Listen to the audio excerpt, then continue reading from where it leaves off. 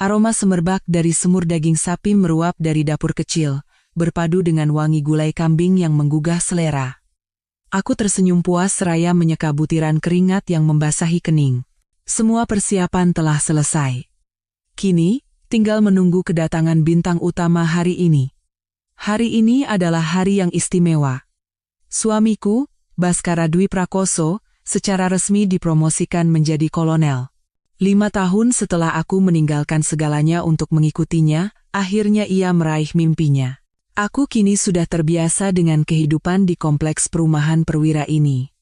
Apartemen-apartemen yang seragam, koridor yang selalu berangin, dan tatapan penuh selidik dari para istri perwira lainnya. Mereka selalu bertanya-tanya bagaimana seorang yatim piatu sepertiku, yang tak punya keluarga, bisa mendapatkan pria secerdas dan seberprospek Baskara. Aku hanya menjawabnya dengan senyuman. Aku tak perlu menjelaskan kebahagiaanku pada siapapun. Aku percaya pada cinta kami. Aku percaya bahwa pengorbananku setimpal. Jam dinding perlahan menunjuk pukul 7, lalu 8. Makan malam mewah yang kusiapkan dengan sepenuh hati sejak sore mulai mendingin, dan hatiku pun ikut resah. Aku mencoba menelepon Baskara, tetapi yang terdengar hanyalah nada sambung yang seolah tak berujung dan penuh keputusasaan. Firasat seorang istri mengatakan bahwa ia tidak sedang rapat mendadak atau menjamu tamu penting. Kegelisahan yang tak jelas mulai merayap di dalam hatiku. Aku terlelap di sofa karena kelelahan lewat tengah malam. Akhirnya, suara mesin mobilnya yang kukenal terdengar di depan pintu. Aku terlonjak kaget dan berlari ke pintu. Namun kebahagiaan itu lenyap bahkan sebelum sempat mekar. Pintu terbuka kasar dan Baskara masuk dengan sempoyongan. Bau alkohol yang pekat dan aroma parfum wanita asing yang murahan dan memuakkan seolah menampar pipiku. Dari mana saja? Aku meneleponmu semalaman, kataku, berusaha menjaga ketenangan, tetapi getaran dalam suaraku tak bisa kusembunyikan. Baskara tidak menjawab. Ia melempar tas kerjanya ke lantai dengan kasar, matanya yang merah menatapku. Itu adalah tatapan yang belum pernah kulihat selama 5 tahun pernikahan kami. Tak ada lagi kelembutan atau kasih sayang, hanya ada campuran amarah, kebencian, dan penghinaan. Sudah pulang? Pasti lelah, ya? Makan malam sudah siap. Kalimatku tak selesai.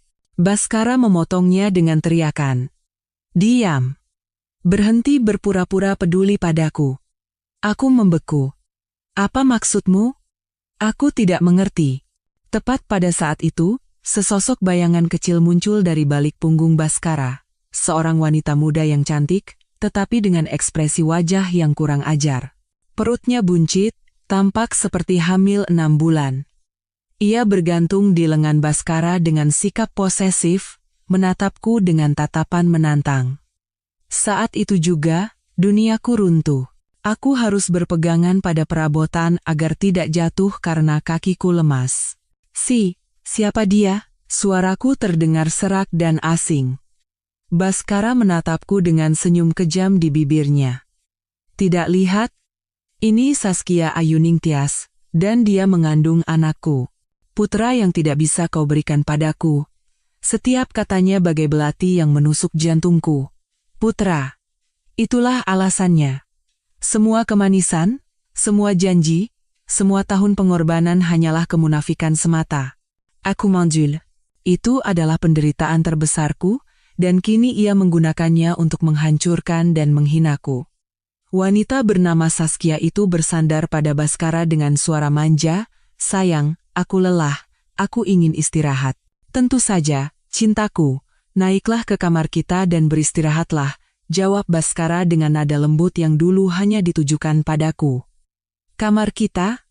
Aku tak percaya dengan apa yang kudengar. Kamu gila? Ini rumahku. Wanita itu tidak boleh masuk ke sini, teriakku. Semua emosi yang terpendam hancur berkeping-keping. Baskara berbalik, tatapannya menjadi buas. Ia mendekat dan mencengkeram lenganku dengan kasar.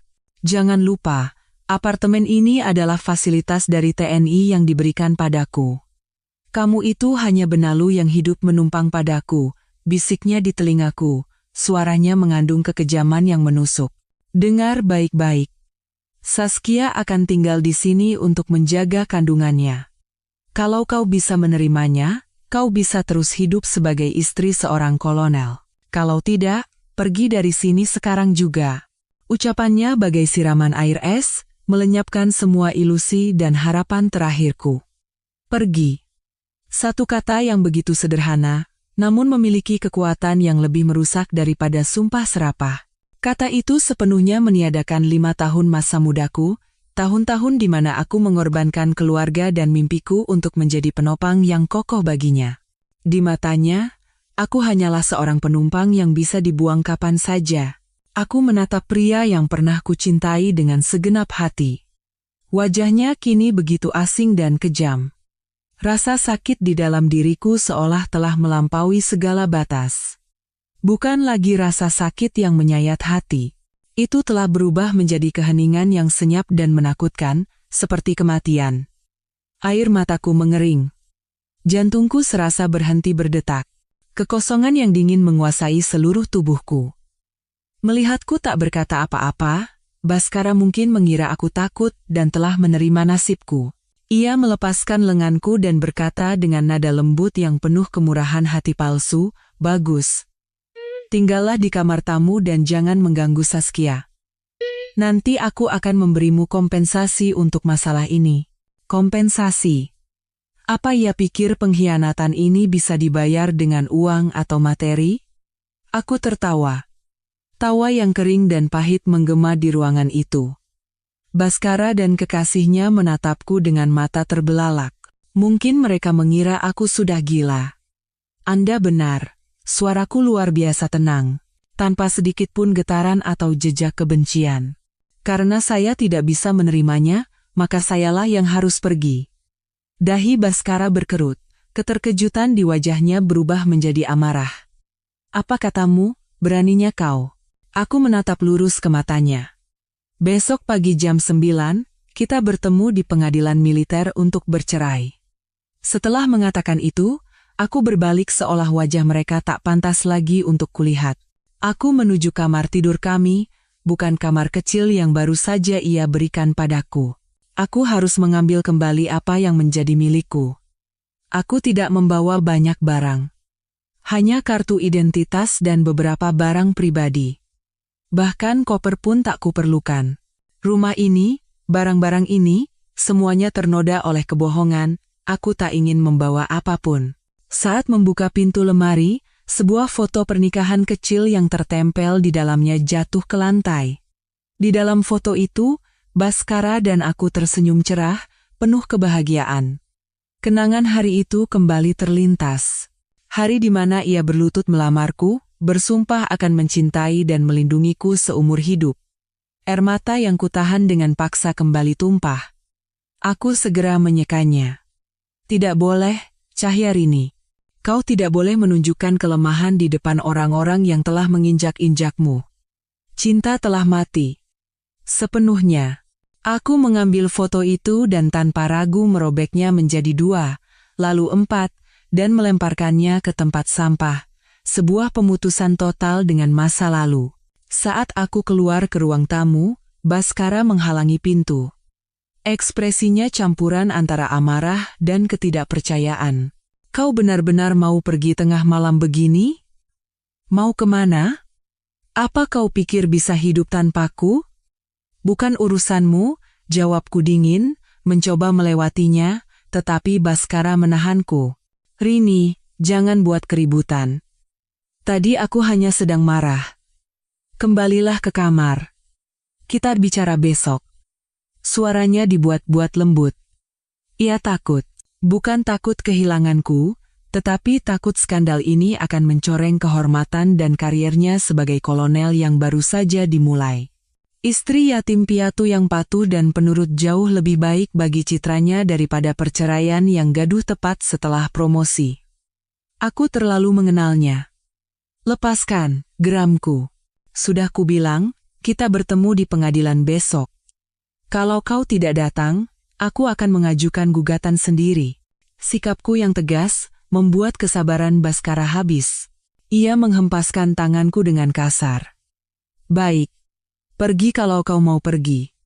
Kita lihat berapa lama kau bisa bertahan tanpaku. Jangan datang menangis-nangis padaku nanti. Aku tak berkata apa-apa lagi. Aku membuka pintu dan melangkah keluar ke dalam malam yang dingin. Meninggalkan tempat yang pernah menjadi rumahku, meninggalkan 5 tahun hidupku yang sia-sia. Aku berjalan tanpa tujuan di dalam kegelapan, tak tahu harus kemana, tetapi hatiku anehnya terasa ringan. Bagaikan burung yang lama terkurung dalam sangkar. Aku tahu badai menanti di luar, tetapi aku mendambakan kebebasan. Aku menghabiskan malam tanpa tidur di sebuah losmen murah dekat terminal bus, tempat tak seorang pun akan mengenalku.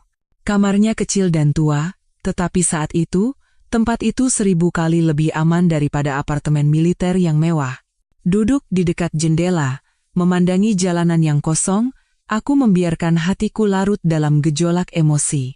Saat fajar menyingsing, rasa sakit di dadaku masih ada, tetapi kelemahan telah sirna, hanya menyisakan tekad yang dingin. Tepat pukul 09.15, aku sudah berada di depan pengadilan militer. Baskara datang terlambat 15 menit. Ia masuk ke ruang mediasi dengan sikap angkuh. Seragam kolonelnya yang berkilauan disetrika dengan sempurna. Melihatku, ia tersenyum dengan campuran superioritas dan kasihan. Ia duduk di hadapanku dan meletakkan sebuah map di atas meja. Aku tidak menyangka kau akan benar-benar datang, katanya dengan nada sombong. Baiklah, aku tidak mau memperumit masalah ini. Ini surat cerai yang sudah kusiapkan. Kau tinggal tanda tangan.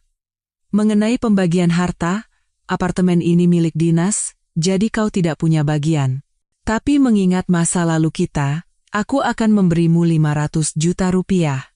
Anggap saja sebagai modal untuk memulai hidup baru di kampung halamanmu. Ia mendorong map itu ke arahku seolah sedang memberikan anugerah besar. Petugas pengadilan yang duduk di antara kami berdeham, tampak jelas tidak nyaman. Aku membuka map itu dalam diam. Aku bahkan tidak membaca klausul tentang harta yang ia tulis. Aku langsung menuju halaman terakhir di mana ada 2 baris kosong untuk tanda tangan. Melihat keheninganku, Baskara melanjutkan, jangan anggap itu sedikit. Untuk orang sepertimu yang tidak punya pendidikan tinggi atau pekerjaan, uang sebanyak itu cukup untuk hidup nyaman di desa, kau seharusnya berterima kasih padaku. Berterima kasih? Kepada pria yang telah mengkhianati dan menghinaku? Aku hampir tertawa sinis. Aku mengangkat kepala dan menatap lurus ke matanya. Aku tidak butuh uangmu sepeser pun. Yang kubutuhkan hanya tanda tanganmu. Baskara kehilangan kata-kata mendengar jawabanku. Keyakinan di wajahnya sejenak berubah menjadi kebingungan. Ia tidak mengerti mengapa aku begitu tenang dan tegas. Kemana perginya wanita yang dulu membabi buta patuh padanya dan menganggapnya sebagai pusat dunia? Kau serius? Saya tidak punya waktu untuk bercanda, jawabku. Aku mengambil pulpen di atas meja. Tinta hitam mengalir cepat di atas kertas putih, cahaya rini. Tanda tanganku tegas, tanpa getaran sedikit pun. Setiap goresannya bagai pisau yang memutus tali terakhir yang mengikatku padanya. 5 tahun, 1 pernikahan, 1 bab yang salah dalam hidupku, semuanya berakhir dengan 1 goresan tinta sederhana. Aku mendorong dokumen yang telah kutandatangani ke arahnya. Giliran Anda. Baskara menatapku dan dokumen itu bergantian dengan ekspresi rumit. Seolah tak percaya semuanya berakhir begitu mudah, tetapi arogansi bawaannya segera muncul kembali. Ia mengangkat bahu, mengambil pulpen, dan membubuhkan namanya, Baskara Dwi Prakoso. Selesai. Begini lebih baik, kan? Jangan menyesal nanti. Suaranya penuh cemoohan. Satu-satunya penyesalan saya adalah tidak menandatangani surat ini jauh lebih awal. Aku berdiri tanpa menatapnya lagi. Aku mengangguk hormat pada petugas, lalu berbalik dan pergi. Saat keluar dari gedung itu, langkahku terasa ringan seolah berjalan di atas awan. Sinar matahari yang hangat menyelimutiku, melelehkan hawa dingin yang menyiksaku semalaman. Kebebasan. Belum pernah kata ini terasa begitu nyata dan dalam maknanya. Aku bukan lagi istri siapapun. Aku hanyalah diriku sendiri, Cahyarini. Awal yang baru menantiku, meski mungkin jalan itu akan penuh duri. Cahyarini. Suara Baskara terdengar dari belakang. Aku tidak berhenti atau berbalik. Aku tak ingin mendengar satu kata pun lagi dari pria itu. Namun, Baskara berlari dan menghalangi jalanku dengan ekspresi jengkel. Mau kemana buru-buru? Kita ini pernah jadi suami istri. Masa pergi tanpa salam perpisahan? Atau kau takut karena tidak punya tempat tujuan? Mau kupesankan taksi ke kampung halamanmu? Aku menatapnya dalam diam, seolah melihat orang asing. Kesabaranku padanya telah habis. Tepat saat aku hendak menjawab, suara yang dalam dan kuat semakin mendekat, bukan satu mobil. Itu adalah suara beberapa mobil yang bergerak serempak. Baskara dan aku secara naluriah menoleh ke arah sumber suara. Dari ujung jalan, konvoi sedan hitam mewah mendekat dengan megah. Di depan, sebuah mobil komando dengan plat nomor TNI Angkatan Darat, diikuti oleh barisan panjang hampir 15 sedan sejenis. Semuanya meluncur di jalanan dalam ketertiban dan keheningan yang mengintimidasi dengan bodi mobil yang mengkilap. Pemandangan itu begitu agung dan kuat, sehingga semua orang di jalan kecil depan pengadilan berhenti dan menepi. Konvoi itu berhenti tepat di hadapanku. Pintu-pintu mobil di belakang terbuka serentak. Sekitar 30 prajurit berseragam upacara turun dan dengan cepat membentuk dua barisan. Suasana menjadi begitu hikmat hingga menyesakkan. Baskara membeku, mulutnya ternganga dan matanya terbelalak. Ia pasti bertanya-tanya, pejabat tinggi mana yang mendapat pengawalan sebesar ini? Pintu mobil terdepan terbuka perlahan. Seorang pria berseragam letnan jenderal, dengan 3 bintang emas berkilauan di pundaknya, turun dari mobil. Ia tinggi, rambutnya sudah memutih, tetapi punggungnya tegap. Wajahnya yang tegas memancarkan wibawa yang mengundang rasa hormat. Ia tidak menatap siapapun. Pandangannya hanya tertuju padaku. Pandangan yang penuh cinta, penderitaan, dan amarah yang tertahan. Ayah, panggilku lirih, suaraku pecah karena emosi. Air mata mulai menggenang lagi. Baskara, yang membeku selama beberapa detik, akhirnya mengenali pria berwibawa itu. Wajahnya berubah dari terkejut menjadi ngeri, lalu pucat pasi. Seluruh tubuhnya gemetar, dan kakinya seolah kehilangan semua kekuatan. Jenderal. Ada apa Jenderal kemari? Katanya terbata-bata. Ayah akhirnya mengalihkan pandangannya ke Baskara. Tatapan yang dingin dan tajam seperti pisau. Di matanya, bukan ada penghinaan, melainkan kekecewaan yang mendalam, seolah melihat sesuatu yang telah hancur total dan tak bisa diperbaiki. Ayah tidak menjawab pertanyaannya. Ia mendekatiku, melepaskan jaket seragamnya, dan dengan lembut menyampirkannya di pundakku. Ayo pulang, nak. Semuanya sudah selesai. Aku mengangguk, merasakan air mata mengalir di pipiku. Ayah menggandeng tanganku dan membawaku melewati barisan pengawal yang berdiri dalam posisi siaga. Aku tidak menoleh ke belakang, tetapi aku bisa merasakan tatapan ngeri dan putus asa Baskara menusuk punggungku. Aku bisa membayangkan betapa cepat otaknya bekerja, mencoba menyusun kepingan-kepingan kebenaran yang sulit dipercaya ini. Istri yatim piatu yang baru saja ia usir ternyata adalah putri tunggal seorang letnan jenderal Angkatan Darat. Ironi takdir begitu kejam. Saat pintu mobil tertutup, memisahkanku dari dunia luar, aku melihat Baskara jatuh terduduk di tanah. Seragam kolonelnya yang berkilauan tampak konyol dan menyedihkan di atas tubuhnya yang lunglai. Mobil mulai bergerak dalam keheningan mutlak. Di luar, konvoi bergerak dalam formasi sempurna, membentuk perisai pelindung yang kokoh. Aku duduk di samping ayah, tanganku masih digenggamnya erat. Kehangatan dari tangannya perlahan mencairkan hatiku yang beku. Selama perjalanan, ayah tak bertanya sepatah kata pun tentang apa yang terjadi padaku. Ia hanya diam, sesekali meremas tanganku dengan lembut seolah memberikan penghiburan tanpa kata. Aku mengerti keheningannya. Itu bukan celaan, melainkan penderitaan yang mendalam. Penderitaan seorang ayah yang melihat putri kesayangannya terluka. 5 tahun lalu, Aku menentang kehendaknya, meninggalkan kehidupan yang nyaman untuk mengikuti pria yang kuyakini adalah cinta sejatiku.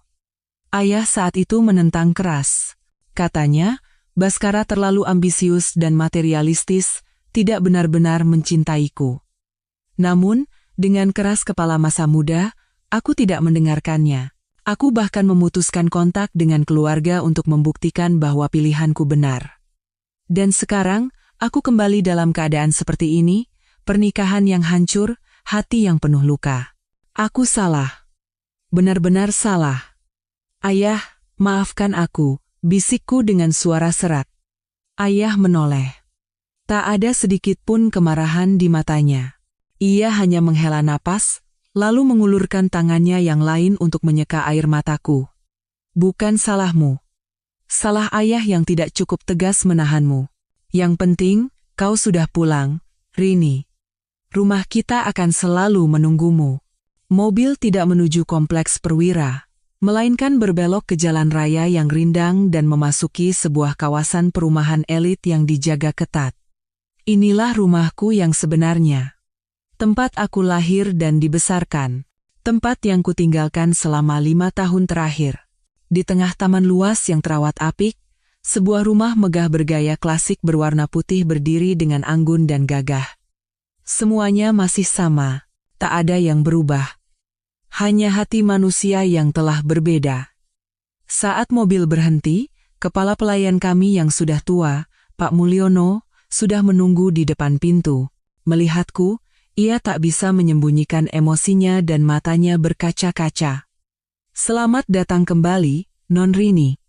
Saat melangkah masuk, suasana yang akrab menyambutku. Aroma samar kayu cendana, detak teratur jam antik, lukisan pemandangan di ruang tamu, semua kenangan masa kecilku berputar kembali seperti film gerak lambat. Tempat ini damai dan hangat, sangat kontras dengan suasana dingin dan penuh kepalsuan di apartemen militer itu. Aku sadar, selama 5 tahun aku tinggal di tempat yang kusebut rumah, aku tak pernah sekalipun merasa benar-benar menjadi bagian darinya. Ayah mengantarku ke kamarku, kamar tidurku di lantai 2 tertata rapi tanpa celah. Buku-buku lamaku masih ada di atas meja, dan di dinding tergantung fotoku yang tersenyum cerah pada hari wisuda, waktu seolah berhenti di sini. Istirahatlah, nak, kata ayah dengan suara rendah dan hangat.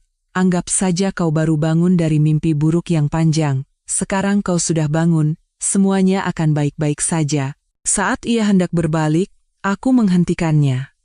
Ayah, aku tidak akan membiarkan dia lolos begitu saja. Ayah berhenti dan menoleh padaku. Di mataku tak ada lagi kelemahan, api dendam menyala. Dia telah menginjak-injak cinta dan pengorbananku. Aku ingin dia membayar harganya. Bukan hanya kehilangan aku, tapi kehilangan segalanya. Ayah menatap lurus ke mataku untuk waktu yang lama. Ia tidak terkejut dengan kata-kataku.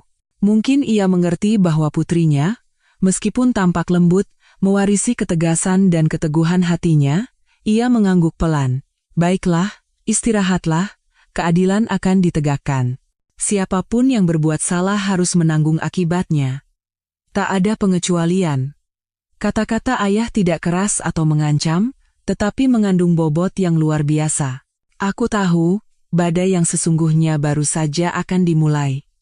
Dan Baskara Dwi Prakoso. Ia akan segera berhadapan dengan amarah seorang ayah yang terluka, seorang letnan jenderal angkatan darat.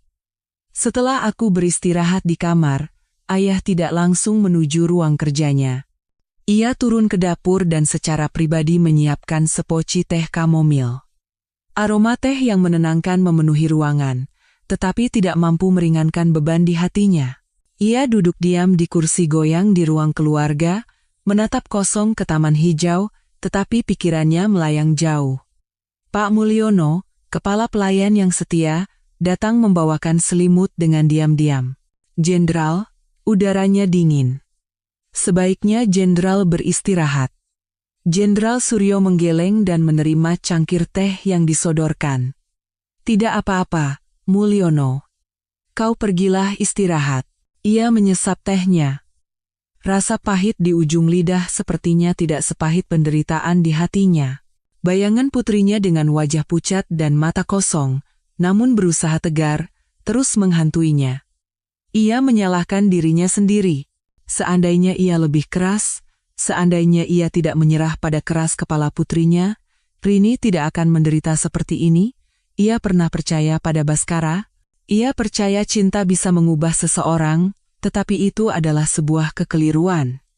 Bhaskara tidak hanya mengkhianati putrinya, ia juga telah menghinanya. Itu adalah penghinaan bagi seluruh keluarganya. Tindakan Bhaskara bukan sekadar perselingkuhan. Itu adalah tindakan yang menginjak-injak kehormatan. Bagi seorang prajurit tua yang seumur hidupnya menjunjung tinggi kehormatan di atas segalanya, ini adalah hal yang tak termaafkan. Pangkat kolonel yang baru diraih Bhaskara, sebagian juga berkat statusnya sebagai menantu seorang perwira tinggi, meskipun ia sendiri tidak tahu siapa mertuanya. Ia telah menggunakan reputasi tak bernoda keluarga Jenderal Suryo untuk naik pangkat, dan menggunakan posisi itu untuk melakukan perbuatan keji. Jenderal Suryo meletakkan cangkir tehnya di meja, tatapannya tidak lagi sedih, dingin dan tegas. Ia sudah terlalu berbaik hati. Kini saatnya bertindak. Ia bangkit dan menuju ruang kerjanya. Markas besarnya, otaknya, dengan rak buku setinggi langit-langit yang penuh dengan buku-buku strategi militer dan sejarah. Ia duduk di depan meja mahoni tempat ia telah membuat banyak keputusan penting. Ia tidak terburu-buru. Ia hanya menatap diam pada foto masa kecil Rini yang diletakkan dengan hati-hati di atas meja. Dalam foto itu, Rini kecil dengan rambut dikepang dua tersenyum ceria. Begitu polos dan bahagia. Tangannya dengan lembut mengelus foto itu. Rini, ayah minta maaf. Ayah akan menuntut keadilan untukmu. Setelah berkata begitu, ia mengangkat telepon militer berwarna hijau tua yang terenkripsi, yang hanya digunakan untuk komunikasi internal tingkat tinggi. Ia menekan nomor ekstensi pendek. Jawaban datang, hampir seketika dari seberang. Suara pria yang rendah dan ringkas terdengar. Siap, Jenderal. Ada seseorang yang harus segera diselidiki, kata Jenderal Suryo. Suaranya rendah dan datar, tanpa emosi, tetapi setiap katanya mengandung bobot yang menakutkan. Kolonel Bhaskara Dwi Prakoso dari Divisi X, Brigade Y. Selidiki kehidupan pribadinya, perilaku, hubungan sosial, kondisi keuangan. Terutama, perjelas hubungannya dengan Tuan Songko, Direktur Utama PT Jaya Konstruksi, dan putrinya, Saskia Ayuning Tias. Diduga ada penyalahgunaan wewenang untuk kepentingan pribadi. Perintahkan investigasi menyeluruh. Di seberang sana, hening sejenak untuk mencatat, lalu jawaban yang jelas kembali. Siap, Jenderal. Akan segera dilaksanakan. Laporan akan kami sampaikan secepatnya. Bagus. Lakukan dengan senyap tapi tuntas. Jangan sampai ada detail yang terlewatkan, perintah terakhir Jenderal Suryo. Siap laksanakan, Jenderal. Jenderal Suryo meletakkan gagang telepon.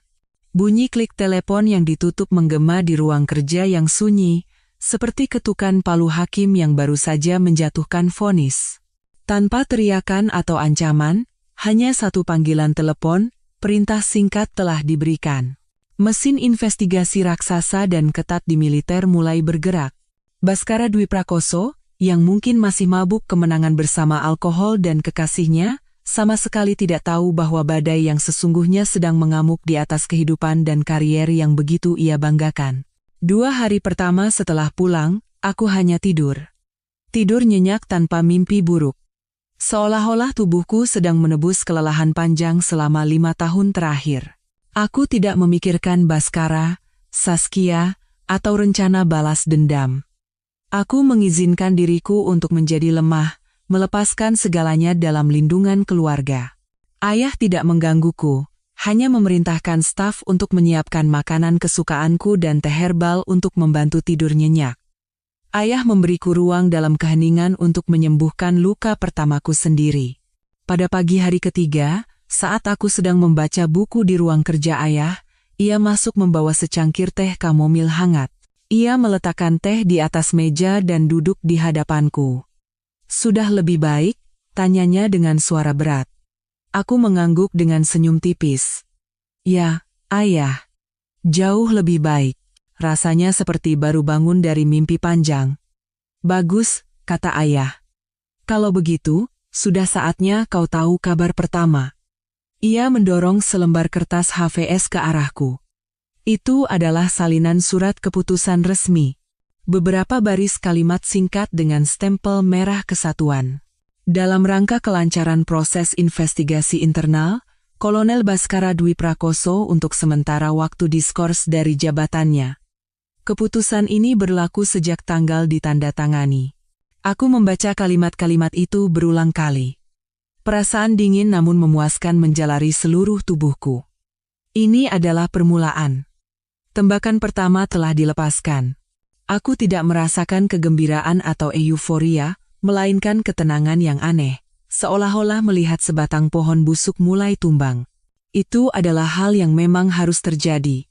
Bagaimana reaksinya? Tanyaku tanpa mengalihkan pandangan dari surat itu. Ayah menyesap tehnya. Pandangannya menerawang. Menurut laporan, awalnya ia tertegun dan tidak percaya, lalu marah besar dan berteriak bahwa ini pasti kesalahan atau ada yang ingin menjebaknya. Ayah berhenti sejenak. Dan akhirnya, ia panik. Aku bisa membayangkan adegan itu dengan jelas. Baskara. Pria yang menganggap karier dan reputasinya sebagai nyawanya. Saat menerima surat itu, dunianya pasti terasa runtuh. Ia pasti mulai menelepon, mencoba menghubungi semua koneksi yang telah ia bangun dengan susah payah. Atasan yang mendukungnya, rekan kerja yang memujinya, tapi apa yang ia dapatkan? Penolakan, jawaban menghindar, atau yang lebih buruk, nada sambung yang tak berujung. Tak ada orang waras yang mau terlibat dengan seseorang yang berada di pusat badai investigasi yang diperintahkan dari tingkat tertinggi. Dan ketika semua pintu tertutup, ia pasti memikirkanku. Menelepon dengan panik ke nomor yang sama yang telah kuabaikan, tetapi yang terdengar kini hanyalah suara operator. Ia pasti sadar bahwa istri yang ia hina dan buang, sebenarnya adalah tali penyelamat terakhir yang ia putuskan sendiri. Dia mencoba meneleponmu, kata Ayah, seolah membaca pikiranku. Ada lebih dari 50 panggilan tak terjawab. Aku sudah meminta provider untuk memblokir nomornya. Kau tak perlu memikirkannya lagi. Aku mengangguk. Ya, tak perlu kupikirkan lagi. Pertarungan ini kini bukan lagi urusanku. Ini telah menjadi pertarungan keadilan dan disiplin militer. Aku hanya menyulut sumbunya. Api itu akan membakar sendiri semua kotoran dan kebusukan. Kepanikan Baskara hari ini hanyalah permulaan. Di hadapannya, terbentang hari-hari interogasi yang panjang dan pahit, waktu untuk menghadapi kesalahannya, dan penghinaan saat semuanya terungkap. Selama beberapa hari berikutnya, aku menjalani hidup yang lambat dan damai. Aku membaca kembali buku-buku lama, berjalan-jalan di taman ayah yang rimbun, dan terkadang menghabiskan waktu berjam-jam di dapur untuk memanggang kue sederhana. Aku sedang belajar menemukan kembali diriku. Menemukan kembali Cahyarini 5 tahun lalu, sebelum label istri Baskara menutupi segalanya. Suatu sore, saat sedang merapikan gudang tua di loteng, aku menemukan sebuah kotak kayu kecil yang tertutup debu tebal. Didorong rasa penasaran, aku membukanya, dan dunia kenangan yang kukira telah terlupakan kembali menyeruak. Di dalamnya tersimpan semua kenangan masa remajaku. Buku harian bersampul kulit yang usang, surat-surat dari sahabat terbaikku, ijazah kelulusanku dari universitas dengan predikat cum laude, dan foto-foto perjalanan. Aku teringat mengapa aku menyembunyikan identitasku saat bertemu Baskara. Aku adalah putri seorang jenderal yang baru lulus. Peminat tak pernah kurang, tetapi aku selalu merasakan kurangnya ketulusan dalam tatapan mereka. Mereka seolah melihat bayangan ayah di belakangku saat menatapku. Apakah mereka mengagumiku atau mengagumi kekuasaan keluargaku? Lalu Baskara muncul. Saat itu, ia hanyalah seorang kapten muda dengan latar belakang biasa, tetapi memiliki tekad kuat dan penampilan yang maskulin dan dewasa. Ia mendekatiku dengan sabar, dengan tindakan-tindakan kecil dan tulus. Ia tidak tahu siapa aku. Ia hanya tahu aku Cahyarini, baru lulus dari jurusan hubungan internasional. Aku percaya itulah cinta sejati yang kucari, cinta tanpa pamrih, dan untuk melindungi cinta yang murni itu, aku memutuskan untuk menyembunyikan identitasku selamanya. Kepada Baskara, aku berkata, aku adalah seorang yatim piatu yang dibesarkan di rumah kerabat jauh. Aku menerima saat ia memintaku menentang kehendak keluargaku, meninggalkan segalanya dan mengikutinya ke kota lain untuk memulai hidup baru. Dengan naifnya, aku mengira pengorbanan itu adalah bukti cinta yang mulia dan agung, tapi aku salah. Aku hanya melihat kepura-puraan ketulusannya, tanpa melihat ambisi yang membara di dalam dirinya. Aku telah menciptakan sangkar emasku sendiri dan terperangkap di dalamnya, bahagia dengan peranku sebagai istri yang berbakti, penopang yang kokoh. Aku lupa bahwa untuk menjadi benar-benar bahagia, seorang wanita harus menjadi dirinya sendiri, memiliki karier, mimpi, dan nilai dirinya sendiri, hidup tanpa bergantung pada siapapun. 5 tahun. Waktu yang tidak terlalu lama, tetapi cukup untuk menggerogoti semua aspirasi seorang wanita muda. Aku telah mengubur masa laluku sendiri. Kini, membalik halaman-halaman kenangan ini, aku tidak merasakan penyesalan, melainkan rasa iba yang mendalam pada diriku sendiri. Tetapi untungnya, badai yang baru saja berlalu telah menghancurkan sangkar itu dan menyadarkanku akan nilai diriku yang sebenarnya. Kabar perceraianku dan kembaliku ke rumah orang tua menyebar cepat di kalangan kerabat dekat, dan orang pertama yang datang menemuiku adalah Dian. Sahabat karibku sejak SMA, ia juga putri seorang kolega lama ayah. 5 tahun lalu, Dian adalah orang yang paling keras menentang pernikahanku, dan karena itu kami sempat lama tidak berhubungan. Sore itu, saat aku sedang menyiram bunga di taman, Dian tiba dengan mobilnya. Turun dari mobil, ia bukan lagi gadis periang seperti dulu. Ia adalah seorang pengacara yang matang dan cerdas, dengan setelan kerja yang elegan. Begitu melihatku, tanpa berkata apa-apa, ia berlari dan memelukku erat. "Rini, akhirnya kau kembali," kata Dian dengan suara tercekat. "Kau tahu betapa khawatirnya aku?" Aku membalas pelukannya. Perasaan hangat dan haru menyelimuti tubuhku. Semua kekesalan dan jarak selama 5 tahun terakhir seolah lenyap dalam pelukan erat itu. Aku sadar, sahabat sejati adalah orang yang, bahkan ketika aku membuat kesalahan dan berpaling, akan selalu menanti kepulanganku dengan tangan terbuka. "Maafkan aku, Dian. Seharusnya aku mendengarkanmu," bisikku. Dian melepaskanku dan mengetuk kepalaku pelan. "Dasar bodoh. Baru sadar sekarang? Ayo masuk, di luar terlalu panas." Kami duduk di ruang tamu. Asisten rumah tangga menyajikan teh dan kue. Dian memandangku dari atas ke bawah, lalu menghela napas. "Kau kurus sekali. Pria brengsek itu tidak memperlakukanmu dengan baik selama 5 tahun ini, kan?" Aku hanya tersenyum sedih, tidak menjawab. Dengan kepekaannya yang khas, Dian tidak bertanya lebih lanjut. Ia mengerti aku belum ingin membicarakannya. Sebaliknya, ia bercerita tentang hidupnya, pekerjaannya di firma hukum, dan kasus-kasus menarik yang ia tangani. Mendengarkannya, aku melihat gairah dan kepercayaan diri di matanya yang mengundang rasa hormat yang mendalam. Ngomong-ngomong, Dian tiba-tiba merendahkan suaranya dan memasang ekspresi serius. "Soal Baskara itu, sebenarnya di sini sudah lama beredar rumor tidak baik tentang dia." Aku terkejut. "Rumor apa? Kenapa aku tidak tahu apa-apa?" Dian mengangkat bahu. "Kau kan sedang mabuk cinta. Wajar saja kalau kau tutup telinga dan mata. Kalaupun kami memberitahumu, kau pasti tidak akan percaya." Dian bercerita bahwa di kesatuannya, Baskara dikenal sebagai orang yang licik, ahli dalam menjilat atasan, tetapi sangat perhitungan. Ia adalah tipe orang yang akan melakukan apa saja untuk mencapai tujuannya. Banyak yang bilang, sejak awal dia mendekatimu, sudah ada udang di balik batu. "Maksudmu?" "Waktu itu dia kan tidak tahu siapa ayahku," sanggahku lemah. Dia mungkin tidak tahu kau putri seorang legend, tapi dia pasti tahu kau putri pejabat tinggi. Ayahku kan saat itu juga sudah punya posisi penting. Jadi bagi orang ambisius seperti dia, mendekati gadis dari keluarga baik-baik, meskipun tidak tahu detailnya, 1000 kali lebih baik daripada gadis biasa. Dan kemudian, saat kau bersikeras menyembunyikan identitasmu, itu justru sempurna baginya. Ia bisa menyombongkan diri punya mertua dari keluarga berpengaruh, tapi keluargamu tidak bisa mengontrolnya. Sekali mendayung, 2-3 pulau terlampaui. Semuanya sudah diperhitungkan. Analisis Dian dingin dan kejam, tetapi begitu logis hingga terasa seperti pukulan palu di kepalaku. Jadi, sejak awal aku hanyalah pion di papan caturnya.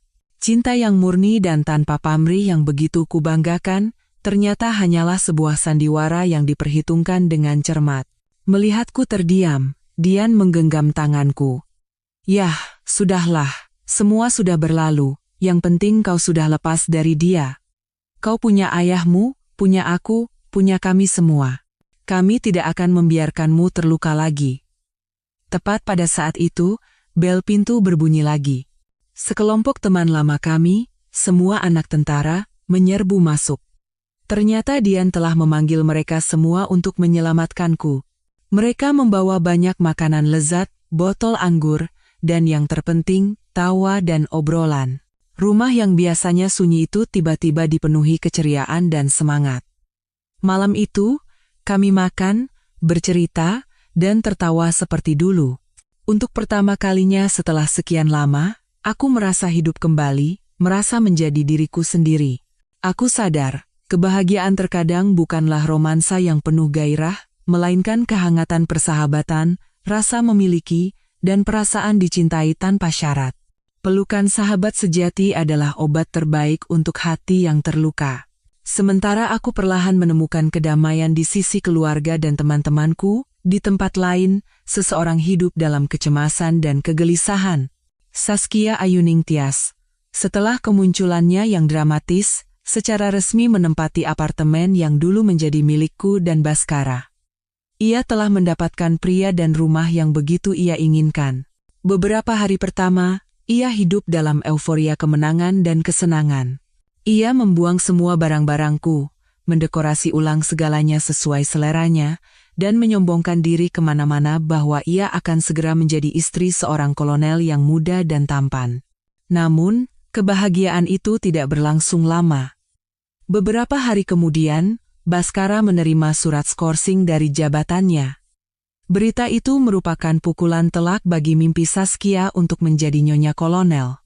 Pria yang menjadi sandarannya, kebanggaannya, tiba-tiba kehilangan kekuasaannya. Baskara menjadi mudah tersinggung, lebih banyak minum, dan sering bersikap kasar padanya. Ia bukan lagi pria yang lembut dan pengertian seperti dulu.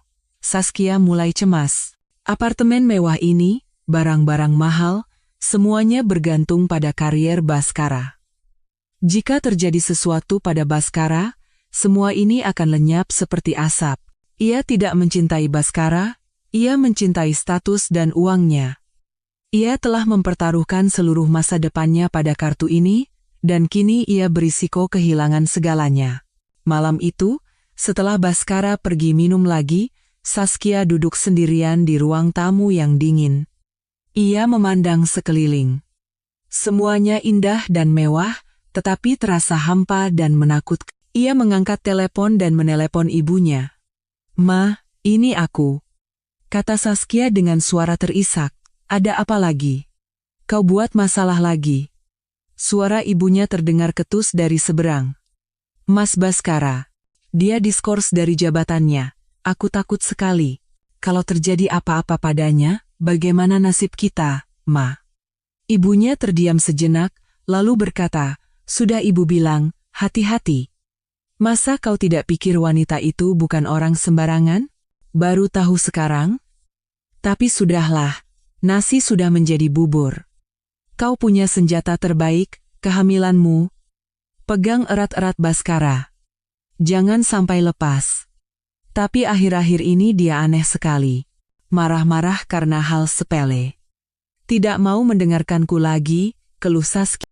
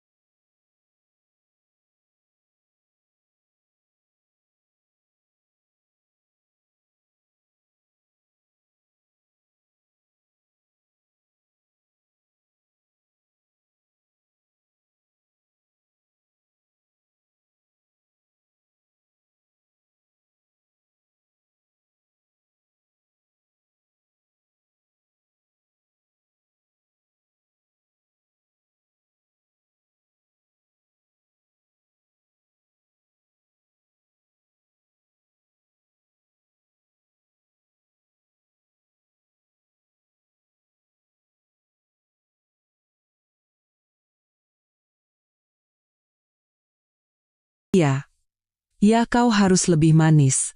Laki-laki itu lemah kalau sedang ada masalah. Jaga bicaramu, turuti kemauannya. Ngomong-ngomong, bagaimana proyek yang ayahmu minta tolong padanya? Sudah jalan? Tanya ibunya, mengalihkan pembicaraan dengan nada perhitungan. Katanya masih tertahan di tahap akhir, tapi sekarang dengan adanya masalah ini. Astaga, dasar tidak berguna, seru ibunya. Kau harus menekannya. Bagaimanapun caranya, suruh dia tanda tangani kontrak itu. Seluruh harta keluarga kita dipertaruhkan di situ. Kalau itu tidak berhasil, kita semua bisa jadi gelandangan. Percakapan dengan ibunya tidak membuat hati Saskia tenang, malah menambah tekanannya. Ia sadar bahwa ia hanyalah pion yang dimanfaatkan dalam rencana keluarganya. Mereka mendorong hubungan ini bukan untuk mencarikannya suami yang baik, melainkan untuk memanfaatkan kekuasaan Baskara demi keuntungan bisnis keluarga. Tepat saat itu, Baskara pulang, lagi-lagi dengan bau alkohol. Melihat Saskia duduk dengan wajah muram, ia membentak, "Melamun apa di situ?" Dengan muka seperti orang berkabung. "Aku sudah pusing, pulang ke rumah masih harus melihat wajahmu." Aku hanya khawatir padamu," Saskia mencoba berkata lembut. "Khawatir padaku, atau khawatir pada posisimu sebagai Nyonya Kolonel?" cibir Baskara dengan senyum sinis. "Kau pikir aku tidak tahu akal bulusmu dan keluargamu? Kalian semua oportunis. Mendekat saat aku berkuasa, dan sekarang saat aku susah, pasti sedang berpikir untuk kabur. Bagaimana kau bisa berkata seperti itu padaku?" Saskia terperangah, air mata menggenang. "Memangnya tidak benar?" teriak Baskara sambil menggebrak meja. "Sama saja. Pergi semua dari hadapanku." Saskia membeku. Retakan pertama dalam hubungan yang dibangun di atas kebohongan dan kepentingan itu telah muncul. Ia mulai sadar bahwa kapal yang coba ia tumpangi sebenarnya sedang karam, dan ia harus mencari cara untuk menyelamatkan dirinya sendiri dalam badai ini. Kabar bahwa Baskara Dwi Prakoso dicopot dari pangkat kolonel dan dipecat secara tidak hormat kudengar dari ayah saat makan malam. Ayah menyampaikannya dengan nada datar, seolah sedang membacakan laporan, tanpa sedikit pun ekspresi kemenangan. Namun bagiku, dan mungkin bagi Baskara, itu adalah vonis mati bagi karier dan reputasinya. Semua yang telah ia bangun seumur hidup dengan kerja keras dan tipu muslihat telah menjadi abu. Aku tidak merasa senang. Anehnya, yang kurasakan hanyalah kekosongan, kemarahan awal telah sirna. Kini, yang tersisa hanyalah rasa kasihan pada pernikahan kami dan pada Baskara sendiri. Ia telah menjual integritas dan cintanya untuk mengejar sesuatu yang fana, dan hal itulah yang menghancurkannya. Kukira itu adalah akhir dari Baskara, tapi aku salah. Pukulan terakhir, dan mungkin yang paling menyakitkan, tidak datang dariku atau keluargaku. Itu datang dari wanita yang sama yang telah membuatnya membuang segalanya. Beberapa hari kemudian, Dian menelepon. Suaranya penuh ironi. "Rini, aku punya berita panas untukmu. Si rubah betina itu kabur." Aku terkejut. "Apa? Kemana?" "Ke luar negeri. Aku suruh orang mencari tahu." Begitu keputusan pemecatan Baskara keluar, si Saskia itu menguras habis semua barang berharga di rumah dan membersihkan rekening bersama mereka, lalu menghilang. Dia meninggalkan sepucuk surat. Dian bilang, ia berhasil mendapatkan isi surat itu dari asisten rumah tangga. Dalam surat itu, Saskia tidak mengucapkan selamat tinggal atau kata-kata penghiburan. Ia menulis bahwa ia tidak bisa mengikat masa depannya pada seorang pecundang, dan bayi di kandungannya membutuhkan ayah yang punya masa depan, bukan seseorang yang akan segera diadili. Ia menyarankan Baskara untuk tidak mencarinya, karena semua di antara mereka telah berakhir. Aku terdiam selama Dian bercerita. Kejam. Sangat realistis. Baskara telah mengangkatnya dari kehidupan biasa, memberinya rumah mewah, dan segala kemewahan. Demi dia, ia kehilangan keluarga, karier, dan kehormatannya. Namun, begitu ia jatuh, wanita itu memeras sisa-sisa terakhir yang ia miliki dan berbalik tanpa ragu. Aku bisa membayangkan Baskara membaca surat itu. Pasti lebih menyakitkan daripada saat menerima surat pemecatan. Dibuang oleh seluruh dunia, dan bahkan oleh wanita yang ia cintai, yang mengandung anaknya. Itu adalah penghinaan tertinggi dan tikaman terakhir bagi harga diri seorang pria. Dan ada lagi, lanjut Dian dengan sedikit ragu, soal kehamilannya juga aneh. Kata ART-nya, sebelum pergi Saskia membuang banyak sekali kotak obat. Kelihatannya seperti vitamin ibu hamil, tapi beberapa orang bilang itu jenis obat yang dipakai kalau mau menggugurkan kandungan. Yantung kumenselos. Meskipun aku membenci Baskara dan memandang rendah Saskia, seorang anak tidak bersalah. Jika Saskia benar-benar melakukan hal sekejam itu agar lebih mudah melarikan diri, ia adalah wanita yang lebih jahat dari yang kubayangkan. Ia bukan hanya pengkhianat, tetapi juga seorang ibu yang tak punya nurani. Setelah menutup telepon, aku duduk termenung. Hubungan Baskara dan Saskia, yang telah menghancurkan rumah tanggaku, ternyata dibangun di atas fondasi yang jauh lebih busuk dan palsu dari yang ku ketahui. Mereka bersatu karena keuntungan, dan berpisah karena keuntungan.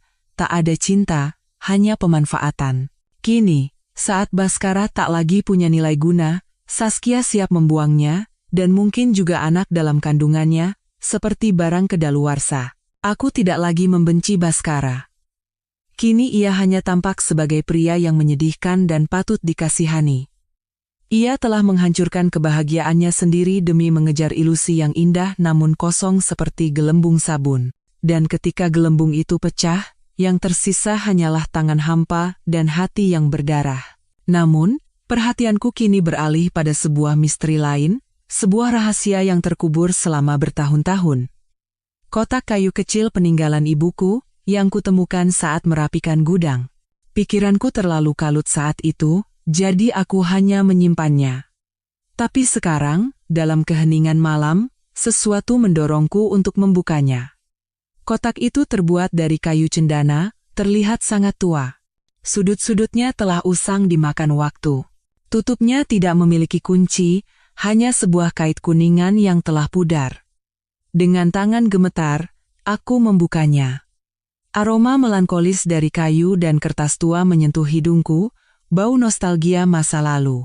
Di dalamnya, tak ada benda yang berharga secara materi, dasarnya dilapisi beludru merah yang telah pudar. Di tengahnya, tersemat dengan megah sebuah medali kehormatan militer dengan pita merah. Medali berbentuk salib itu masih berkilau, meskipun pitanya sedikit usang. Di samping medali, ada sebuah foto hitam putih yang telah menguning dimakan waktu. Aku mengambilnya. Di foto itu, seorang pria yang sangat muda, mungkin awal 20-an, mengenakan seragam militer usang. Ia memiliki wajah yang tegas dan rahang yang kuat, dengan mata yang jernih dan dalam. Meskipun hitam putih, aku bisa merasakan kehangatan dan keteguhan dari tatapannya. Ia tersenyum, senyum yang lembut dan tulus. Siapa pria ini? Mengapa ibuku menyimpan fotonya dengan begitu berharga? Nama Harun. Satu baris dari surat wasiat ibuku terlintas di benakku. Di balik foto itu, ada tulisan tangan dengan tinta ungu. Tulisan tangan ibuku. Mei 1995. Hari di mana kau kembali. Tahun 1995. Saat itu ibuku juga masih sangat muda. Lalu, apa hubungan mereka? Di bawah foto dan medali, ada setumpuk surat yang diikat dengan pita sutra merah. Kertasnya juga sudah pudar, rapuh saat disentuh. Dengan hati-hati, aku membuka salah satunya. Itu adalah tulisan Harun. Tulisan tangannya kokoh dan kuat, tetapi kata-katanya luar biasa lembut. Ia memanggil ibuku Suciku, nama yang begitu indah dan sederhana. Ia bercerita tentang tugasnya di Timur Timur, tentang kerinduannya pada kampung halaman dan tanah air. Dan di atas segalanya, kerinduannya pada ibuku. Ia berjanji, setelah tugasnya selesai, ia akan kembali dan mereka akan membangun rumah kecil di pedesaan bersama, dengan taman bunga geranium dan kebun sayur kecil. Membaca surat-surat itu, aku merasa seperti mengalami kisah cinta yang mekar di tengah konflik, cinta yang murni dan ideal. Tapi mengapa pria ini bukan ayahku? Apa yang terjadi sehingga mereka tidak bisa bersama? Pada surat terakhir, tulisannya lebih bergetar. Ia menulis bahwa ia akan segera mengikuti misi yang sangat berbahaya. Ia meminta ibuku untuk hidup dengan baik dan bahagia, apapun yang terjadi padanya. Jika aku tidak kembali, tulisnya, anggap saja aku telah menjadi burung yang terbang bebas di angkasa. Jangan bersedih, Suciku. Dan temukanlah pria baik yang bisa menjadi sandaranmu. Itu adalah surat terakhir. Setelah itu, tak ada apa-apa. Hatiku terasa sesak. Apakah ia benar-benar tidak kembali? Medali kehormatan ini mungkin satu-satunya yang tersisa darinya. Aku duduk dalam kegelapan, merasakan air mata mengalir di pipiku. Aku menangis bukan hanya karena cinta yang terputus, tetapi karena rasa keterikatan yang aneh dengan pria di foto itu. Tatapannya, senyumnya. Mengapa terasa begitu akrab? Aku merasakan empati dan pengertian yang melampaui ruang dan waktu. Keesokan paginya, aku membawa kotak kayu itu dan langsung menuju ruang kerja ayah. Pikiranku dipenuhi pertanyaan dan firasat yang samar. Ayah sedang membaca koran. Melihatku masuk dengan ekspresi begitu serius, ia mengerutkan kening dan meletakkan korannya. Ada apa, Rini? Aku tidak berkata apa-apa. Aku hanya meletakkan kotak itu di mejanya dan dengan hati-hati membuka tutupnya. Medali dan foto prajurit muda itu terlihat di bawah cahaya lampu. Ayah melihat benda-benda itu, dan sejenak, aku melihat wajahnya mengeras. Rasa sakit yang dalam dan tersembunyi dengan sangat baik melintas di matanya yang tegas. Di mana kau temukan ini? Tanyanya. Suaranya lebih rendah dan sedikit serak. Di gudang. Barang-barang ibu, jawabku. Ayah, siapa beliau? Kenapa ibu menyimpan peninggalannya dengan begitu berharga? Ayah terdiam lama. Ia mengambil foto itu, dan jari-jarinya dengan lembut mengelus wajah prajurit muda itu. Helaan napas berat keluar dari dadanya.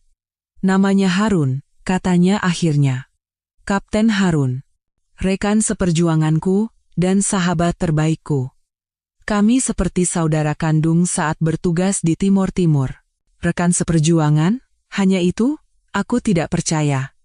Dan ibu? Apa hubungan ibu dengan beliau? Tanyaku keras kepala, menatap lurus ke matanya. Ayah menghindari tatapanku. Ia meletakkan foto itu dan bangkit, berjalan ke jendela dan menautkan tangan di belakang punggung. Mereka saling mencintai. Cinta yang sangat indah, sebelum aku bertemu ibumu.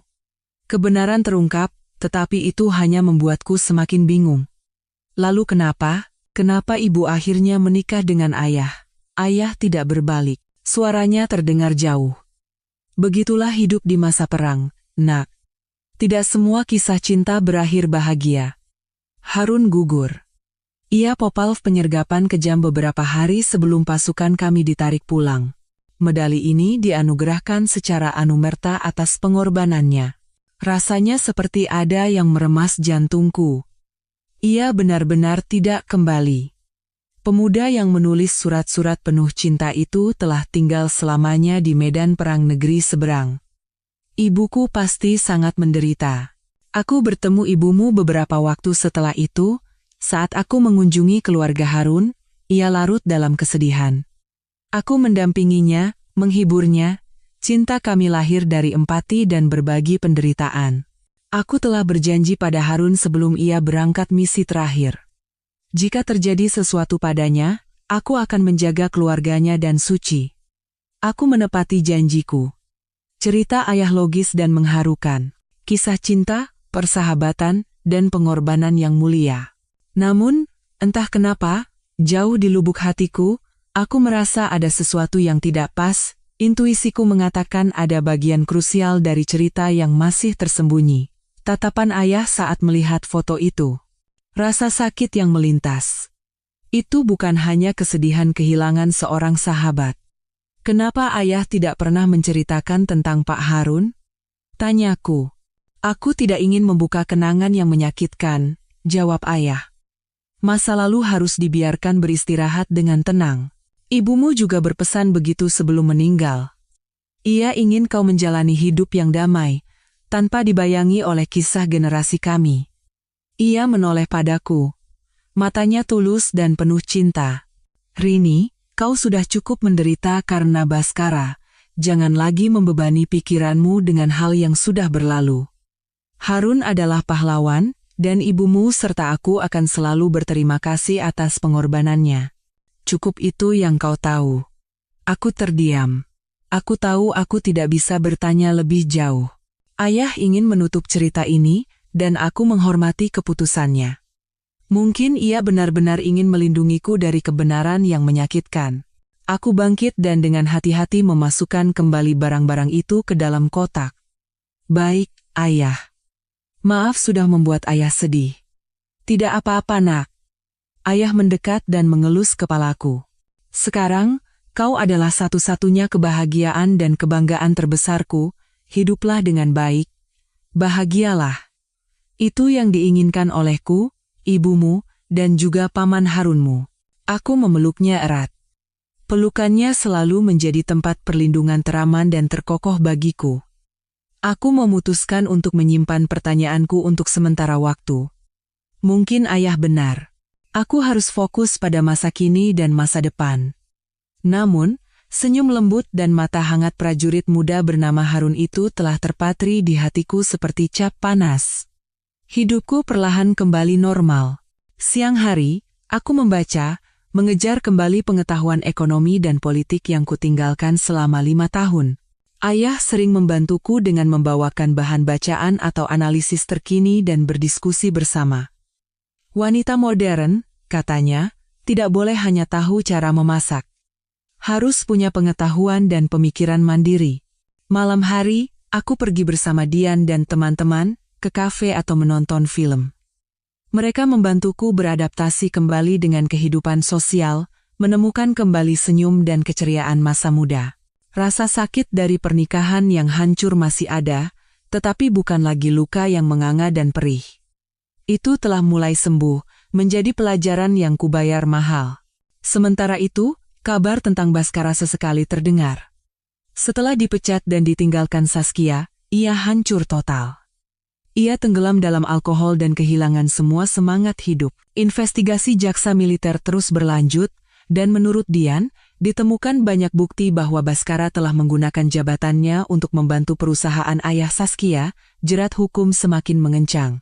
Kukira kami tak akan pernah bertemu lagi. Jalan kami kini paralel. Tapi aku salah. Pagi itu, aku sedang berjalan-jalan pagi seperti biasa di sekitar kompleks perumahan yang luas. Saat mendekati gerbang utama, sesosok tubuh yang kukenal tiba-tiba muncul dan menghalangi jalanku. Baskara. Tapi ia bukan lagi kolonel yang gagah dan necis seperti dulu. Di hadapanku berdiri seorang pria yang kalah dan menyedihkan. Jauh lebih kurus, wajahnya kuyu dengan janggut yang tidak dicukur beberapa hari. Pakaiannya kusut dan tidak rapi, dan meskipun masih pagi, bau alkohol menguar kuat. Ia menatapku. Tak ada lagi arogansi di matanya. Hanya permohonan. Petugas keamanan di gerbang mengambil sikap hendak mengusirnya, tetapi aku memberi isyarat agar mereka berhenti. Aku ingin melihat drama apa lagi yang akan ia mainkan. Rini, akhirnya aku bertemu denganmu, kata Baskara dengan suara serak. Aku sudah menunggumu di sini berhari-hari. Aku melipat tangan di dada dan menatapnya dingin. Ada apa? Rini, tolong. Baskara mendekat, mencoba meraih tanganku, tetapi aku mundur selangkah. Aku salah, semuanya salahku. Aku brengsek, tolong maafkan aku. Ia mulai meracau tentang betapa ia menderita dan menyesal setelah aku pergi, tentang bagaimana ia ditipu oleh Saskia. Ia bilang ia hanya mencintaiku, dan semua yang terjadi hanyalah kesalahan sesaat. Aku mendengarkannya tanpa emosi. Sebulan yang lalu, kata-kata ini mungkin akan menggoyahkan hatiku, tetapi sekarang, semua itu terdengar konyol dan palsu. Melihatku tak bereaksi. Baskara tiba-tiba berlutut. Lutut pria yang pernah menjadi kolonel itu jatuh lemas di atas aspal. Rini, aku mohon. Bicaralah pada ayahmu, minta dia memaafkanku, aku tidak bisa kehilangan segalanya. Karierku adalah hidupku. Bantu aku sekali ini saja, aku akan menebusnya seumur hidupku. Melihat pria itu berlutut di kakiku menimbulkan perasaan getir. Tak ada kepuasan. Hanya kesedihan yang mendalam pada seorang manusia yang telah kehilangan semua martabatnya. Ia memohon bukan karena masih mencintaiku, tetapi karena ia membutuhkan kekuatan ayahku untuk menyelamatkan dirinya. Hingga detik terakhir ini, ia masih pria yang pragmatis dan pengecut.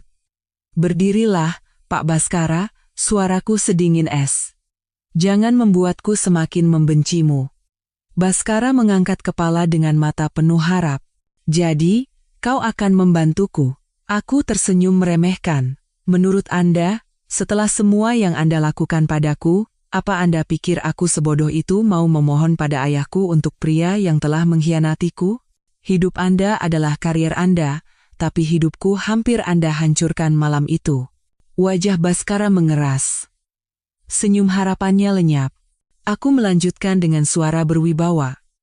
Jalan yang Anda tempuh hari ini adalah jalan yang Anda pilih sendiri. Anda memilih pengkhianatan dan kebohongan. Sekarang, tanggunglah akibatnya. Berhentilah memohon seperti pengecut. Anda tidak pantas.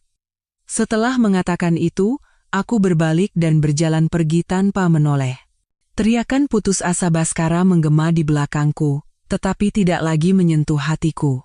Setelah pertemuan terakhirku dengan Baskara, aku tidak merasakan kepuasan yang kubayangkan. Melihat pria yang pernah menjadi duniaku berlutut begitu menyedihkan hanya meninggalkan rasa hampa dan lelah. Kemarahan telah hilang, kebencian memudar. Hanya ada kesedihan yang mendalam atas sesuatu yang telah mati, dan masa muda yang dipertaruhkan di tempat yang salah. Malam itu, aku berbicara dengan ayah di ruang kerjanya. Aku mengatakan bahwa aku tidak ingin lagi memikirkan masalah Baskara. Biarkan investigasi berjalan sesuai hukum dan disiplin militer. Ia bertanggung jawab atas kesalahannya, tetapi secara pribadi, aku sudah melepaskannya. Jadi, balas dendammu sudah selesai? Tanya ayah dengan tatapan dalam, seolah membaca jiwaku. Aku menggeleng. Tidak, ayah. Aku sadar, balas dendam sejati bukanlah menghancurkan orang lain, tetapi membangun kembali hidupku sendiri menjadi lebih cemerlang. Aku tidak ingin sisa hidupku terbelenggu oleh bayang-bayangnya, baik itu cinta maupun benci. Aku ingin menutup bab tentang dia, dan tentang diriku yang lemah di masa lalu. Ayah mengangguk, wajahnya menunjukkan kepuasan dan kebanggaan yang jelas, putriku akhirnya sudah dewasa. Melepaskan adalah yang terbaik, hanya dengan hati yang damai, jalan di depan akan terbuka. Ya, aku ingin jalanku di depan terbuka lebar. Dan untuk itu, aku tahu aku tidak hanya harus menutup pintu ke masa lalu dengan Baskara, tetapi juga membuka pintu lain, pintu menuju sebuah rahasia yang kuyakini sangat terkait dengan asal-usulku, dengan identitasku. Bayangan prajurit muda bernama Harun dan kotak kayu tua itu terus muncul di benakku. Ayah, kataku, aku ingin tahu lebih banyak tentang Paman Harun. Keraguan kembali melintas di wajah ayah, tetapi kali ini ia tidak menghindar. Mungkin ia mengerti bahwa ini adalah bagian penting dari perjalananku untuk menemukan kembali diriku. Apa yang ingin kau ketahui? Semuanya, jawabku. Hidupnya, pengorbanannya, dan cintanya dengan ibu. Aku merasa ceritanya tidak sesederhana yang ayah sampaikan. Ayah terdiam lama, lalu menghela napas. Ada kebenaran yang tidak selalu membawa kebahagiaan saat kau mengetahuinya, Rini, itu bisa menyakitimu. Aku tidak takut pada rasa sakit, kataku tegas. Setelah apa yang kualami, kurasa tidak ada rasa sakit yang bisa menghancurkanku. Aku hanya takut hidup dalam ketidakpastian, tidak tahu siapa diriku sebenarnya. Aku harus tahu kebenarannya, sekejam apapun itu. Hanya dengan begitu aku bisa benar-benar memulai hidup baru. Melihat tekad di mataku, ayah akhirnya mengangguk. Baiklah, jika itu yang kau mau, tapi tidak di sini. Ada tempat yang harus kau datangi. Di sana, kau akan menemukan jawaban yang kau cari. Ia tidak mengatakan di mana tempat itu, hanya memberiku sebuah alamat yang tertulis di secarik kertas kecil. Pergilah saat kau sudah siap, katanya. Percakapan berakhir di situ, tetapi di dalam hatiku, sebuah perjalanan baru telah dimulai. Titik yang kubuat pada pernikahanku dengan Baskara ternyata juga merupakan titik awal dari sebuah kisah yang lebih besar tentang hidupku sendiri. Dan aku tahu, aku harus menjadi orang yang mencari dan menulis akhir dari kisah itu. Aku tidak butuh waktu lama untuk memutuskan. Keesokan paginya, aku mengemasi ransel kecil. Hanya beberapa pakaian nyaman dan kotak kayu berisi peninggalan prajurit bernama Harun. Aku tidak memberitahu ayah. Aku ingin melakukan perjalanan ini sendirian. Ini adalah perjalanan pribadiku, sebuah ziarah ke masa lalu. Alamat yang diberikan ayah bukanlah sebuah rumah. Itu adalah nama sebuah tempat yang dikenal oleh setiap orang Indonesia dengan rasa hormat yang mendalam, Taman Makam Pahlawan Kalibata. Catatan itu menyebutkan sebuah area yang kurang dikenal. Untuk para prajurit yang gugur dalam misi perdamaian. Setelah perjalanan singkat dengan mobil, aku tiba di tempat agung di jantung kota itu, suasananya berbeda dari keramaian di luar. Sunyi, sakral, seolah setiap hembusan angin membisikkan kisah masa lalu. Aku mencari area yang tertulis di catatan ayah. Jantungku berdebar semakin kencang. Aku berjalan di antara nisan-nisan, mencari nama yang kukenal, dan kemudian aku menemukannya, Kapten Inv. Harun Sanjaya. Gugur dalam tugas di Timor Timur, 1995. Nisannya sederhana, seperti yang lain. Aku berdiri terpaku di depannya, tanganku yang gemetar menyentuh batu yang dingin.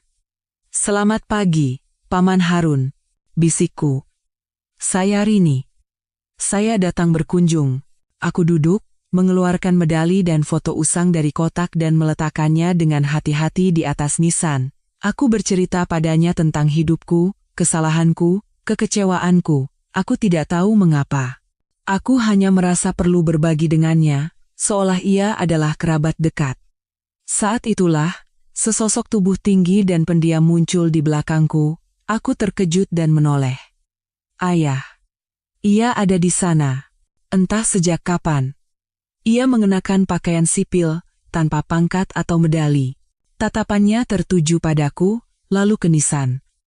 Tatapan yang penuh emosi kompleks, campuran antara penderitaan dan ketenangan.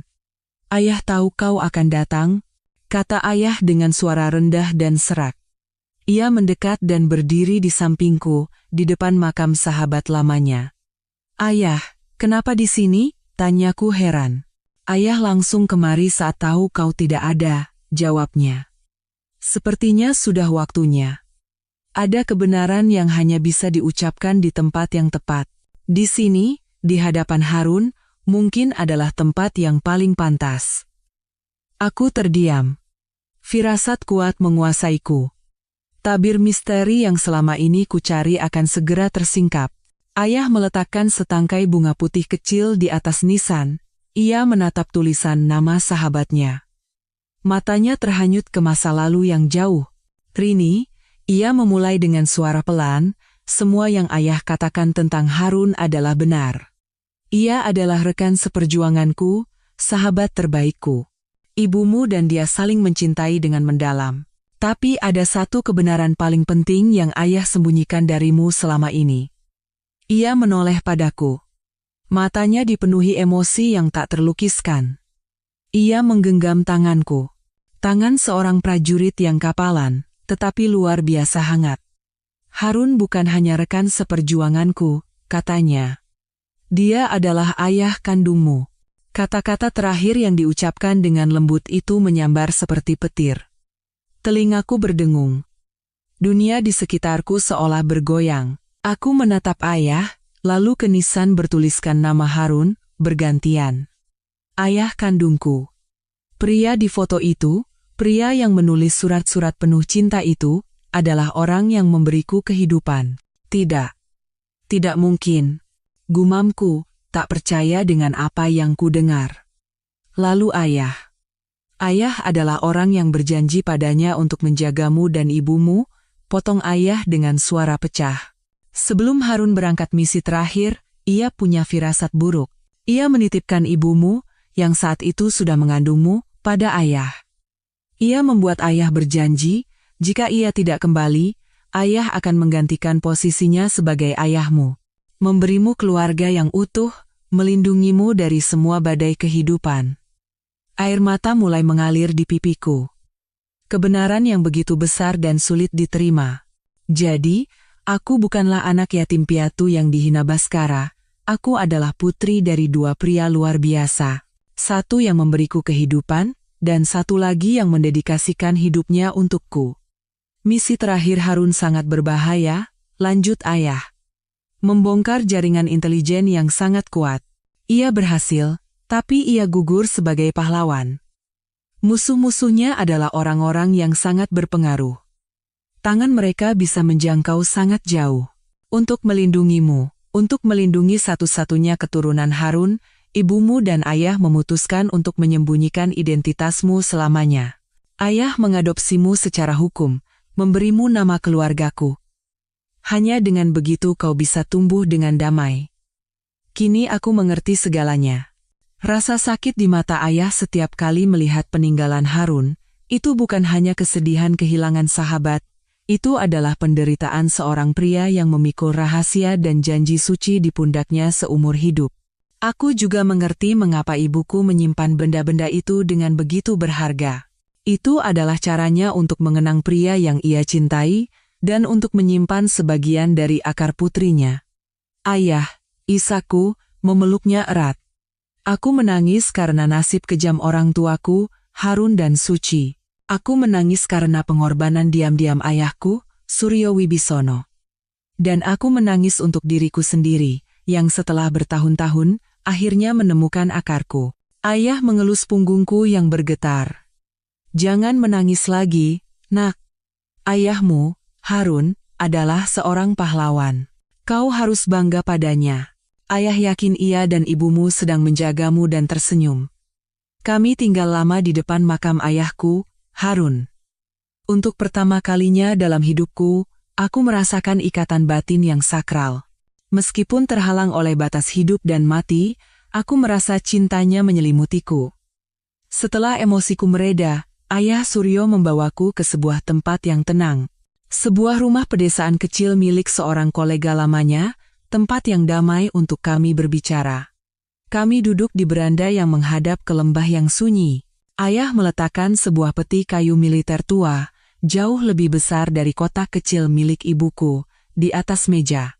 Peti itu sudah usang, dan ditutupnya masih terukir nama Kapten Harun Sanjaya. Inilah, kata ayah dengan suara hangat, warisan sejatimu dari ayahmu. Aku penasaran.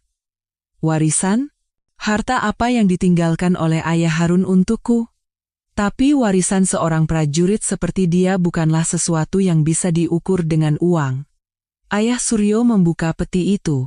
Di dalamnya bukan emas atau permata, melainkan tumpukan buku catatan, manuskrip, dan ratusan surat yang tertata rapi. Ayahmu Harun bukan hanya seorang prajurit pemberani, tapi juga seorang pria dengan jiwa yang luar biasa kaya. Ia suka membaca dan menulis, dan selalu merenungkan tentang hidup dan cita-cita. Ia mengeluarkan sebuah buku harian bersampul kulit dan menyerahkannya padaku. Ini buku hariannya, mencatat hampir seluruh karier militernya, dari masa-masa awal hingga pertempuran hidup dan mati. Di sini, kau tidak hanya akan menemukan tentang peluru dan bom, tapi juga perenungan yang sangat dalam tentang persahabatan, tanah air, serta hidup dan mati. Aku membalik halamannya dengan tangan gemetar. Tulisan Ayah Harun tegas dan penuh tekad. Ia menulis tentang ketakutan seorang prajurit di hadapan kematian, tetapi juga tentang keberanian yang ditempa oleh cinta pada orang-orang yang ditinggalkan. Ia menulis tentang kekejaman perang, tetapi juga tentang keyakinan yang tak tergoyahkan akan hari esok yang damai. Setiap barisnya dipenuhi dengan integritas dan filosofi hidup yang mulia. Ayahmu selalu berkata, lanjut Ayah Suryo, warisan terbesar seseorang bukanlah harta atau nama, melainkan karakter dan cita-cita yang ia tinggalkan untuk keturunannya. Ia ingin kau, saat dewasa, membaca tulisan-tulisan ini dan mengerti siapa ayahmu dan untuk apa ia hidup dan berjuang. Selain buku harian, di dalam peti juga ada banyak buku sejarah, filsafat, dan sastra, masing-masing dengan catatan dan kalimat yang digarisbawahi oleh Ayah Harun. Aku sadar, kecintaanku pada buku dan membaca, aku warisi darinya. Dan akhirnya, di dasar peti, ada setumpuk surat tebal. Ini adalah surat-surat dari ibumu untuknya, kata Ayah Suryo dengan nada nostalgia. Ayahmu Harun selalu membawanya seperti harta karun. Kurasa kau juga harus membacanya untuk lebih memahami cinta mereka. Aku mengambil surat-surat itu dengan perasaan hikmat. Itu bukan sekadar surat cinta. Itu adalah bukti cinta agung yang bertahan melewati perpisahan, bom, dan perang. Aku duduk di beranda itu, membaca setiap buku harian, setiap surat. Sinar matahari sore mewarnai pemandangan dengan cahaya keemasan. Aku menangis dan tertawa bersama kisah mereka. Rasanya seperti menghidupkan kembali cinta ayah yang tak pernah kutemui. Aku mengerti. Warisan yang ia tinggalkan untukku lebih berharga dari apapun di dunia. Itu adalah karakter yang agung, cita-cita hidup yang mulia, dan cinta yang tak terbatas. Ia tidak memberiku kehidupan mewah, tetapi ia memberiku obor untuk menerangi sisa perjalananku, sebuah fondasi spiritual yang tak tergoyahkan. Perjalananku untuk mencari akar telah berakhir, tetapi sebuah perjalanan baru untuk hidup sesuai dengan warisan ayahku baru saja dimulai. Setelah kembali dari perjalanan yang mencerahkan itu, aku merasa seperti orang baru.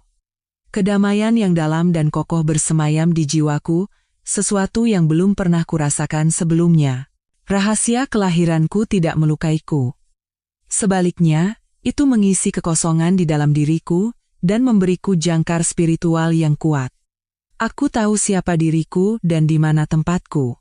Beberapa hari kemudian, saat makan malam, Ayah Suryo tiba-tiba meletakkan sendoknya dan menatapku dengan ekspresi berpikir keras. Sudah lama aku tidak melihatnya seperti itu, dengan campuran kesedihan dan penyesalan. Rini, suaranya terdengar lebih berat dari biasanya. Beberapa hari ini ayah banyak berpikir. Ayah ingin meminta maaf padamu. Aku terkejut. Minta maaf? Untuk apa? Ayah. Ayah adalah ayah yang buruk, katanya sambil menghela napas. Bahunya seolah merosot. Ayah gagal melindungimu. Ayah membiarkanmu menderita selama 5 tahun. Ayah terlalu percaya pada Baskara dan tidak cukup tegas untuk menghentikanmu. Ayah telah mengkhianati kepercayaanmu dan janjiku pada Harun. Hatiku terasa sakit melihat ayah, yang selalu menjadi pilar yang tak tergoyahkan bagiku, begitu tersiksa. Aku bangkit, duduk di sampingnya, dan menggenggam tangannya yang kapalan. Jangan berkata begitu, ayah, kataku tercekat. Ayah tidak salah apa-apa. Ayah selalu menjadi ayah terbaik di dunia. Ini salahku yang terlalu naif dan keras kepala, tidak mau mendengarkan ayah. Akulah yang memilih jalan yang salah. Aku menatap lurus ke matanya dengan segenap ketulusan. Selama 5 tahun ini, meskipun aku tidak di sisi ayah, aku tahu ayah selalu mengawasiku dari jauh. Dan saat aku jatuh, orang pertama yang kupikirkan, satu-satunya yang bisa menyelamatkanku, adalah ayah. Ayah tidak melanggar janji ayah pada ayah Harun. Ayah memberiku keluarga, cinta tanpa syarat. Ayah telah melakukan semua yang bisa dilakukan seorang ayah, bahkan lebih. Akulah yang seharusnya minta maaf. Ayah Suryo tidak berkata apa-apa, tetapi aku melihat matanya berkaca-kaca. Ia meremas tanganku dengan kuat, sebuah gestur yang lebih berharga dari 1000 kata. Saat itu, aku merasakan ikatan yang dalam di antara kami, penuh cinta dan pengertian, tanpa rasa bersalah atau penyesalan. Yang sudah berlalu, biarlah berlalu, lanjutku sambil tersenyum. Jangan kita bicarakan lagi. Aku baik-baik saja. Aku benar-benar baik-baik saja sekarang. Aku telah belajar dari pelajaranku. Sekarang aku hanya ingin hidup dengan baik, agar ayah bangga dan kedua orang tuaku di surga bisa tersenyum. Ayah Suryo mengangguk, mengelus kepalaku. Gestur lembut yang sering ia lakukan saat aku kecil. Putriku sudah besar. Malam itu, kami berbicara berjam-jam, bukan tentang masa lalu yang menyakitkan, tetapi tentang masa depan. Ia bertanya apa rencanaku. Aku bilang aku butuh waktu untuk berpikir, tetapi di dalam hati, aku tahu warisan ayah Harun telah menanamkan benih di dalam diriku, sebuah cita-cita hidup yang baru. Dan aku akan mendedikasikan sisa hidupku untuk merawat benih itu. Permintaan maaf ayah tidak membuatnya terlihat lebih lemah. Sebaliknya, itu membuat rasa hormat dan cintaku padanya semakin besar.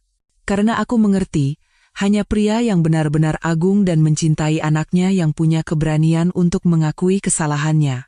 Selama beberapa hari berikutnya, aku menghabiskan sebagian besar waktuku di tempat yang kini kusebut ruang kerja Harun.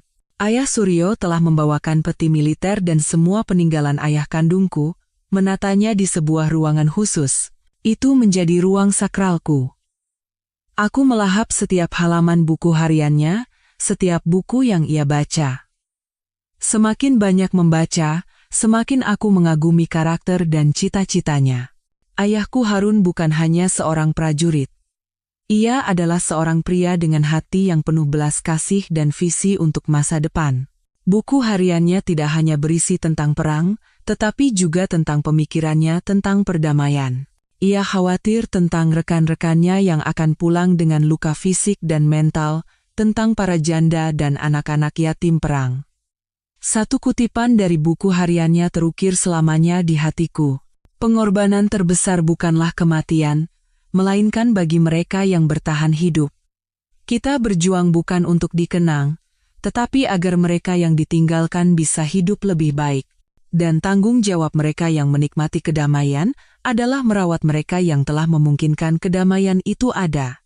Kata-kata itu menerangi jalanku. Aku tahu apa yang harus kulakukan. Aku tidak ingin kembali ke dunia diplomasi atau bisnis. Aku ingin melakukan sesuatu yang bermakna, sesuatu yang akan meneruskan cita-cita ayah Harun dan menjadi caraku berterima kasih pada kehidupan yang telah memberiku kesempatan kedua ini. Aku mulai meneliti tentang yayasan dan organisasi sosial. Aku ingin mendirikan sebuah yayasan untuk mendukung keluarga prajurit, para veteran yang kesulitan, dan terutama pendidikan anak-anak mereka. Itu adalah cara paling nyata untuk menghormati mereka yang telah berkorban. Setelah seminggu persiapan, aku mengajukan proposal proyek terperinci kepada ayah Suryo. Saat ia mendengarkan, ekspresinya berubah dari terkejut menjadi fokus, dan akhirnya menjadi tatapan yang penuh kebanggaan dan haru. Rini, ini adalah ide yang sangat mulia dan manusiawi. Ayah tidak menyangka kau berpikir sejauh ini. Karena aku diajar oleh dua ayah yang hebat, aku tersenyum. Ayah Harun memberiku cita-cita, dan ayah memberiku kekuatan untuk menjalankannya. Aku ingin menamai yayasan ini Yayasan Bintang Utara. Ayah Suryo berpikir sejenak. Bintang Utara. Simbol